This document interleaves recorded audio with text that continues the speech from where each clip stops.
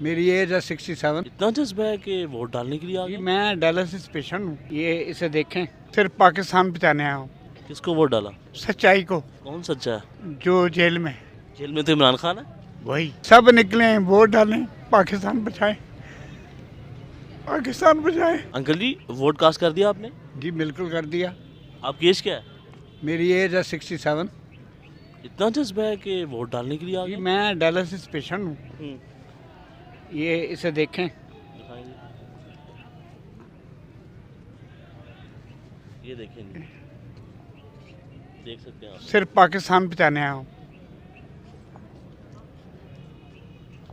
किसको वोट डाला? सच्चाई को।